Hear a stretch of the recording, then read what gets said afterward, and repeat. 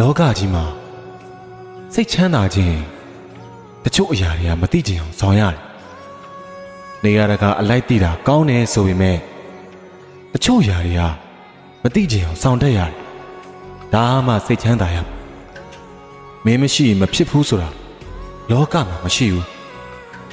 နေအလင်းအောင်တစ်ခုတည်းနဲ့ကဘာကြီးကလင်းနေညဆိုတာဖြစ်လာမှာမဟုတ်ဘူးလေဘဝမှာနေရတာကလိုက်ပြီးတွေးပြီးနေကိုယ်ပဲပင်ပန်းရလေလွတ်ချတဲ့အရာတွေကို